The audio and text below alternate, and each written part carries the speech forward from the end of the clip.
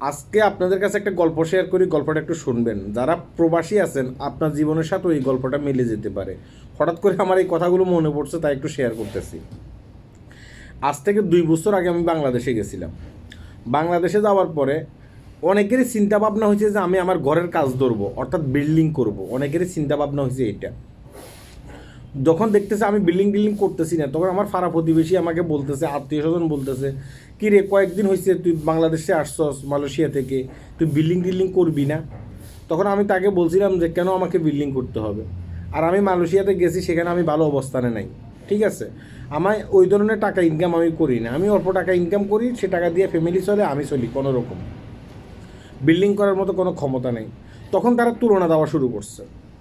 অমুক বাড়ির একটা ছেলে গেছে মালয়েশিয়াতে, দীর্ঘ কয়েক বছর হয়েছে, সে বাড়িতে 2 তলা বিল্ডিং করে ফেলছে।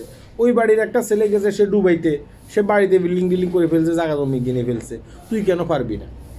মানে তাদের এই চিন্তা ভাবনা এখন পর্যন্ত আছে যে একটা লোক বিদেশের মাটিতে গেলেই সে সেখানে ভালো অবস্থায় থাকে। তাদের চিন্তা ভাবনা এটা আছে যে একটা লোক বিদেশের মাটিতে গেলে সেখান থেকে অনেক টাকা ইনকাম করে বাংলাদেশে এসে বাড়ি গাড়ি বিল্ডিং সব কিছু করে ফেলে। তাদের চিন্তা ভাবনা হয়েছে এটা।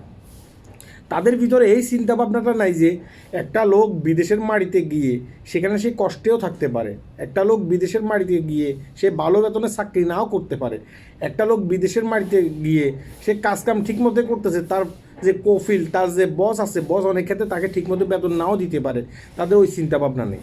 মানে একটা লোক বিদেশের মাটিতে আসলেই সে এখান থেকে লাখ লাখ টাকা ইনকাম করে। আপনি আরেকটা জিনিস চিন্তা করেন, আপনি যদি বলেন যে ভাই আমি দেশে ব্যবসা বাণিজ্য করবো, তোমরা যারা আমার আত্মীয় স্বজন আছো প্রতিটা মানুষ আমাকে কিছু কিছু টাকা দাও, আমি ব্যবসা বাণিজ্য করি, পরে তোমাদের টাকা দিয়ে ফেলবো, তখন কিন্তু তারা আপনাকে টাকা দেবে না। তখন তারা আপনাকে টাকা দেবে না।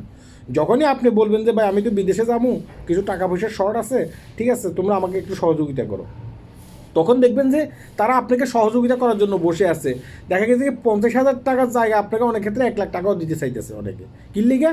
কারণ তাদের চিন্তাভাবনাই হয়েছে এটা, বিদেশের মাটিতে গেলেই ডলার কামানি শুরু করবে, তখন আমাদের টাকা পয়সা আমাদেরকে দিয়ে ফেলবে। হ্যাঁ, তাদের চিন্তাভাবনা হয়েছে এটা। কারণ একটা ছেলে যখন বাড়িতে একটা ব্যবসা বাণিজ্য করবে, একটা উদ্যোগ নেবে, সে উদ্যোগে কিন্তু তারা গরম পানি ঢেলে দেয়। অনেক ক্ষেত্রে এই কারণে এই ছেলেগুলো ব্যবসা বাণিজ্য করতে পারে না বাংলাদেশে। হ্যাঁ, দেখা গেছে কি ওই দালালের মারফতে বিদেশের মাটিতে আসে, এখানে আসার পরে দেখা গেছে কি দালাল ঠিকমতো কাজকাম তাদেরকে দেয় না, তারা খুবই কষ্টে থাকে। হ্যাঁ, পরবর্তীতে জেল টেল খেটে তারা বাংলাদেশে চলে যায়। বাংলাদেশে চলে যাওয়ার পরে তাদের আত্মীয় স্বজন তাদেরকে বলে তুই হয়েছে অফায়া, তুই হয়েছে কুফা।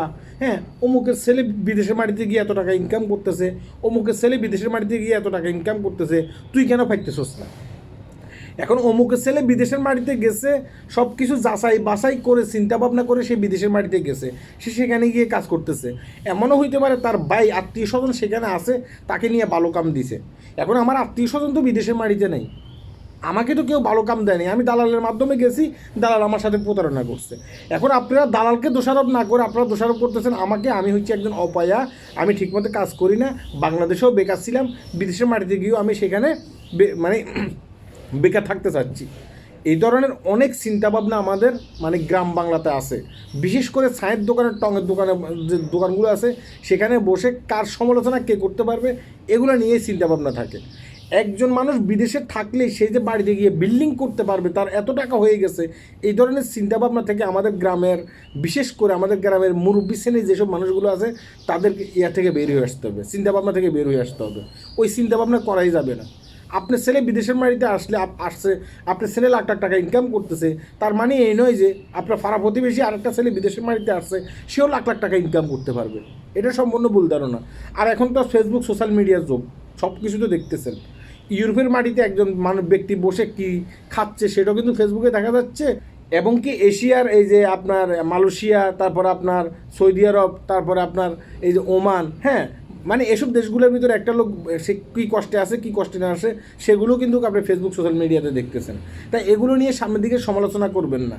সমালোচনা করলে একজন ব্যক্তি সে কিন্তু মনোবল হারিয়ে ফেলে, অনেক ক্ষেত্রে সে বিদেশের মাটিতে আত্মহত্যা করে। সেই ধরনের দৃশ্য কিন্তু আপনারা অনেক ক্ষেত্রে ফেসবুক সোশ্যাল মিডিয়াতে দেখছেন। হ্যাঁ, মানুষকে পারলে উৎসাহ দেবেন, মানুষকে কখনো বিভ্রান্ত করার চেষ্টা করবেন না। বিদেশ থেকে আসলেই যে একটা লোক বিল্ডিং করতে পারবে, বিদেশ থেকে আসলেই যে একটা লোক আপনাকে 50,000 টাকা 60,000 টাকা দাঁত দিয়ে ফেলতে পারবে, এগুলো থেকে বের হয়ে আসেন। এগুলো খুব খারাপ চিন্তা ভাবনা। হ্যাঁ, অন্যের উপরে নির্ভরশীল না হয়ে নিজের উপরে নির্ভরশীল হন। আল্লাহ হাফেজ।